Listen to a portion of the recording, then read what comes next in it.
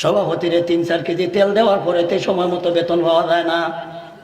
এরপরে আবার কিছু উল্টা পাল্টা করলে চাকরিও জায়গা, হেরা নামাজও না আইলে অসুবিধা না, ইমাম সাহেব 5 মিনিট আগে 5 মিনিট পরে আইলেই অসুবিধা। আর হে যে 7 থেকে 7টা মসজিদ হয় না, এর কোনো দোষ নাই।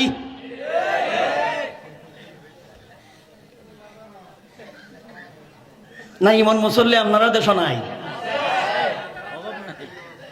1 মিনিট লেট হয়ে গেলে কয় গুলো টাইম গেছে গা, কিটা টাইম ওয়ালা রে। এটা আমার মতন ইমামের দরকার। একদিন আমি জুম্মার নামাজ মেলা আগে ছাত্র জীবনে, এই সময় তো আমার রক্ত 300 কিলোমিটার বেগে চলতো।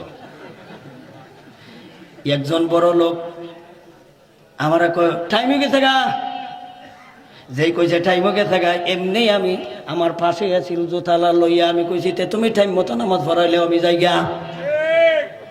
আমি এমনি গেছি গা, প্রয়োজনে কইছি আজ নামাজ করতাম না, তুমি পড়াও।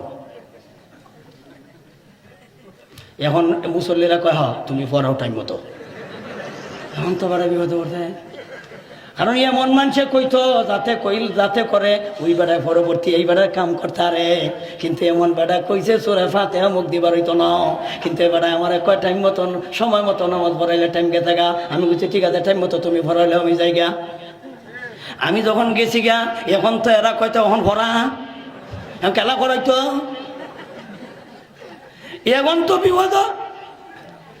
পরে আরো আধা ঘন্টা পরে আমার তেল কয়েক কেজি দিয়ে আনছে, ওহন কি তুইল ওহন তো আবার আধা ঘন্টা গেছে, এই সময় লইলে 5 মিনিট, ওহন গেছে আধা ঘন্টা।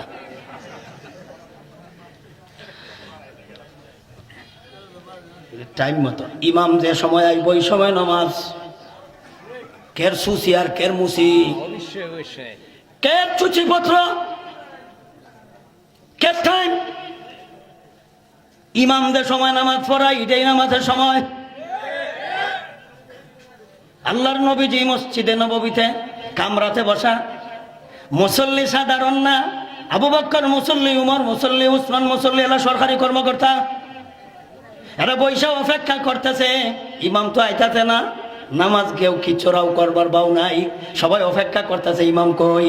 শেষ পর্যন্ত অনেক সময় গেছে, হুজুর কি অসুস্থ হইল নাকি, ইমামের কি কোনো অসুখ হইল, এরা যাইয়া দেখে না, ইমাম তো বৈশা রয়েছে, আম্মাজান সিদ্দিকা মাথার চুল চিরুনি দিয়ে আশ্রয় দিতেছে, চুল পরিপাটিত করে, চুল বাউ করে ইমামে। এদিকে মুসল্লি সরকারি কর্মকর্তারা দাঁড়াইয়া অপেক্ষা করে, আর ইমামে চুল বাউ করে। আর যদি আমরা ইমাম সাহেব কামরা চুল বাউ করতো আর সভাপতি দাঁড়িয়ে দেখতো, কিতা মনে করো চাকরি তাক লইলে না মা ইরসরই লইলে। হাদিস বুঝো বড়া, ইতা কইলে তো আমার আর ওয়াজ অন্ত না।